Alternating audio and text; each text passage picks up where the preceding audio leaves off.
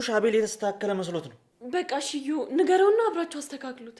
በነገረው ደግሞ ሌላ ነገር ውስጥ ነው የሚገባው። እኔ ደግሞ እሱ ችግር ውስጥ እንዲገባ አልፈልግም። እና እንደምንም ብለህ እሱን ወደ አንተ ሀሳብ ማምጣት አችልም እዩ? አይ ርብቃ፣ በነገረው እሱ የሚያስተካክልበት መንገድ ትክክል አይደለም። ምን ለማለት እንደፈለኩ ገብቶሻል አይደል? እሺ ቆይ ምን ይሻላል? ወይኔ ርብቃ፣ ብችል አንቺን አስጨንቅሻለሁ። አንቺም ልጅሽን ያለ ባል ከምታሳድጊ፣ ልጅሽም ያለ አባቱ ከሚያድግ ሌላውን ተይው። አቤል እድሜ ልኩን እስር ቤት ከሚቆይ በቃ ዛሬ የግድ ወረቀቱን ማግኘት አለብን። ግድ ዛሬ። እሺ ዛሬ እንዴት ይሆናል እዩ? በቃ የሆነ ነገር ፈጠረሽ አስወጪውና መጀመሪያ እኔ ግብቼ ይፈልጋሉ። ከዛ ደግሞ ለእኔ ካልተሳካ በተራሽ አንቺ ትፈልጊያለሽ። በእርግጠኝነት አንዳችን ማግኘታችን አይቀርም። በቃ እሺ መጣሁ።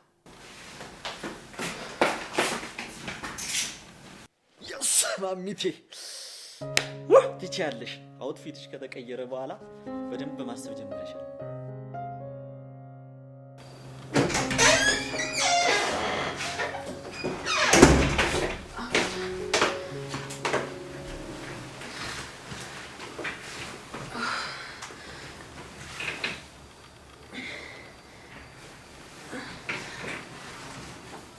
ምን ነው ርብቃ፣ ምን ሆነሽ ነው? አቤል ወዴ ነው ምናምን? አይዞሽ። ምን ነው ግን ምን ነክቶሽ ነው? እኔ እንጃ አቤል፣ ደግሞ ዛሬ ቫይታሚን አልወሰድኩም። ለዛ ነው የሚሆነው። እንዴ ለምንድን ነው ያልወሰድሽው ርብቃ? ረሳሁት። እሺ በቃ አሁን ወሰጂ።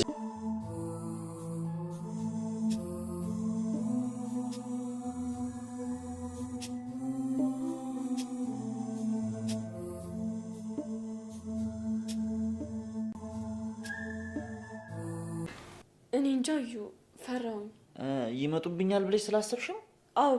ርብቃንና አቤልን የሚያጣላበት አንድ ምክንያት፣ አንድ ወጥመድ አዘጋጀላቸው። እዚህ ቀደም ካስታወሳችሁ ምን ብሏን አቤል፣ እዩ ማለት ነው፣ አቤል ልጅ እንደተረገዘለት ማወቅ እንዳለበት ለርብቃ ነግሯት ነበረ። እሷም ደግሞ ችግር የለውም ጥሩ ሁኔታ ላይ ሲሆን እነግረዋለሁ፣ አሁን ግን ጥሩ ሁኔታ ላይ ስላልሆነ ይህን ማሳወቅ አልችልም ስትለው፣ ከዚህ የተሻለ ጊዜ የለም አሁኑኑ ንገሪው አላት። ምክንያቱም ደግሞ እሱ ያሰበው ሌላ ተንኮል ስላለ ነው። እሱ አልነግረው ስትል አቤልን በመጥራት ለምን ልጅ አትወልዱም እያለ ሀሳብ ማንሳት ጀመረ። እሱ የሚፈልገው የአቤልን መናደድ፣ ብስጭትና አቤል ሲከፋ ማየት ይፈልጋል። ዙሪያው እንግዲህ በጥላት የተወረሩ ሰዎች ናቸው። እሱ የአቤልን ደስታ አይፈልግም። ስለዚህ ርብቃ እንዳረገዘች አቤል ሰምቶና ደስ ብሎት ደስታውን ሳይጨርስ ልጁን ነጥቀዋለሁ ወይም ደግሞ ልጃቸውን አሳጣቸዋለሁ ነው እያለ ያለው እንግዲህ እዩ ማለት ነው። ከዛ ሁለቱ ሲያዝኑ ማየትን ይፈልጋል። ለዛም ነው ቶሎ ንገሪው የሚላት። ርብቃ ግን ሳትነግረው በሌላ በኩል አወቀ እና በዚህ መሀል እያሉ እንግዲህ አቤል የርብቃንና የአቤልን ፍቅር ለማበላሸት ስለፈለገ አንድ ወጥመድ አዘጋጀ። አቤል ከቤት ሲወጣለት እኔ ካልፈለኩት ወረቀቱን ብሎ ርብቃ ላይ ድርቅ ይልባታል። ርብቃም ግራ ቢገባትም እሺ ብላ ሳሎን ትቀመጥና እሱ ግን ወደ ክላሳቸው በመግባት ካሜራ መግጠም ይጀምራል። ካሜራ የሚገጥመው ለርብቃ ነው።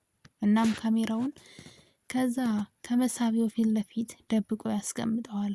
ርብቃም ሳሎን ሀገር ሰላም ነው ብላ ቁጭ ብላ ተጠብቃለች። እሱ መጀመሪያ ካሜራውን ከማስቀመጡ በፊት ወረቀቱን ፍለጋ ገባ።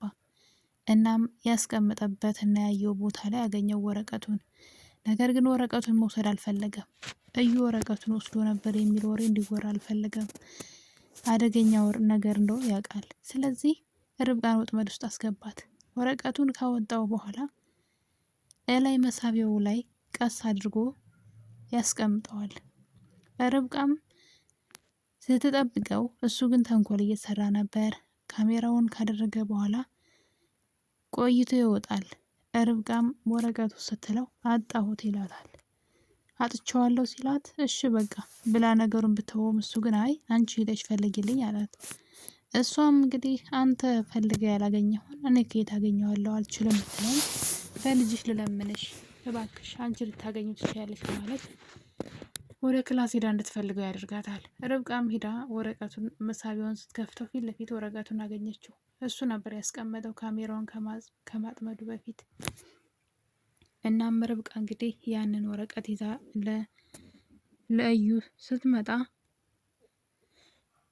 መሳቢያውን ከፍታ እዛ ክላስ ገብታ መሳቢያውን ከፍታ ወረቀቱን አውጥታ ስትወስድ ካሜራ እየቀረጻት ነበረ ርብቃን። እናም ርብቃን አገር ሰላም ነው ብላ ያንን ወረቀት ወስዳ ለእዩ ትሰጠዋለች። እዩም በጣም ደስ አለው።